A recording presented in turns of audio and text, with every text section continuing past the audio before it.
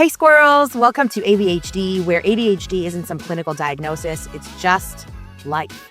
I'm AV, your always honest tour guide through this beautiful mess. Over here, we're not about fixing yourself.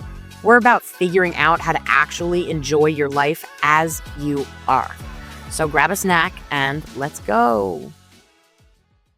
If your to-do list feels like a fire drill every single day, and your business only moves when you're in panic mode, and your team sees you more during a crisis than during the planning stages, then squirrels, it is time that we had a conversation. This episode is about ADHD, urgency addiction, and the trap of confusing chaos and leadership. And yes, we are going to talk about hype. We are going to talk about dopamine and a sneaky little acronym that you might not be ready for, but my dear friend Elle called me out the other day. ADHD, always deflecting, hiding, and dodging. Ouch. Let's get into it. Chaos is not a business model, okay? Chaos is a deficiency. ADHD brains crave stimulation, and urgency is our dopamine dealer. Firefighting gives us instant purpose. It gives us the thrill of saving the day, and it gives us a shortcut to feeling productive. We get to jump in, we get to jump into the fire and put things out, and we get to be the savior, and that makes us feel so good. And but here's the lie that you tell yourself. You are not leading. You tell yourself you're leading. I tell myself I'm leading, but you're not. You're reacting. And if your business only works when everything is on fire because that's when you're at your best, that's not innovation. That is emotional codependency in your systems. That is a deficiency. You are addicted to crisis, and you've started calling it your process, right? Like, that's how I get started. That's what really gets me going. But chaos is not clarity, and firefighting is not a strategy. I'm sorry to come down on you so hard like that at the beginning, but there's some things we need to talk about. And it's been rampant lately. Our general lack of accountability as ADHDers. We need to do better. And we need to talk about hype. So let's talk about hype. Okay? Cuz some of y'all are running charisma empires with no infrastructure. You're not doing it on purpose. You're just excited. ADHD brains, they run on novelty. You're excited about this new thing. They run on passion. You're passionate and excited about a new thing. Once you throw urgency into the mix, it's like just the dopamine trifecta. Hype feels like energy when you're launching something new, like a big vision speech, getting people really excited. The moment that you overpromise and you're like, oh yeah, I got this, even though your back end is held together with like duct tape and vibes and prayers and hopes. But hype is not leadership. Hype is stirring people up with no follow through, and it's collecting payments when the thing isn't built out. And it's masking inconsistency with personality and then calling it ADHD like that's some sort of get out of jail free card. And here's where it gets really uncomfortable. ADHD, always deflecting, hiding, and dodging, not officially, but emotionally, spiritually, operationally. If you are using your diagnosis to excuse your avoidance, then you're not self-aware, you're slippery. Leadership is not built on excitement. It's built on follow through. It's built on owning your capacity, on understanding your weaknesses, on promoting your strengths, on setting expectations, on saying, here's what I can promise and here's what I won't promise. That doesn't kill your magic. That doesn't make you less.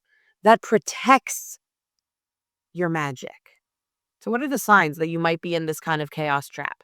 Check yourself. See where you're at. If you only feel alive or on when there's a fire, you procrastinate until the pressure makes you productive.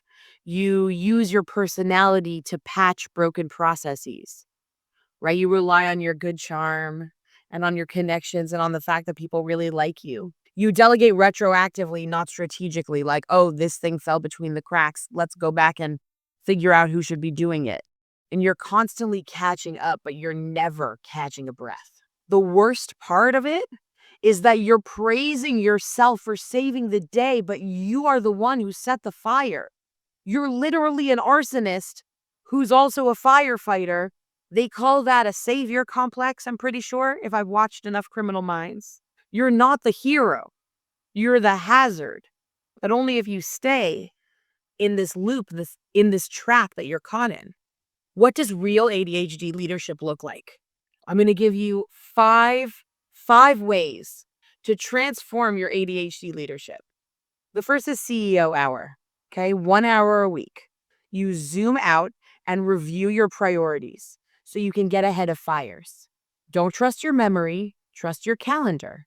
And if you have an assistant, then that means that they're preparing a document for you, which is the summary of every single meeting that's happened that week, so that you can spend an hour seeing what is going on in your company and what is not aligning with your goals. 2, systematize, and systemize. I don't know if systemize is a word. Systematize the repeating chaos. So any repeat tasks, if it's always a problem, it needs a process. Document it once, reuse that document forever. That is how you earn back time. One more time, just get into it one more time so that you can delegate it properly and never have to do it again. Okay, which leads us to number 3, delegate before you are drowning, please. If you're delegating after you're drowning, then you're underwater already. Teach your team how to think, not just what to do. And this is where AI and agents come in very, very handy. Clone yourself. Have a bot that your team can ask questions to, who can take your place when you are not around. Create decision trees, create SOPs, and create boundaries that protect everybody's energy before you are drowning. Number 4, reward stability, not panic. Okay? We love to praise the person who comes through in a pinch, but we need to celebrate team members who keep things calm. They are your counterbalance in your business. Celebrate yourself when nothing needed saving. I was able to go through my day today and just attend my meetings and only do the things on my task list, and there was no emergency. That's a massive win. Stop glamorizing hustle culture and nervous system dysregulation. That's not a prize.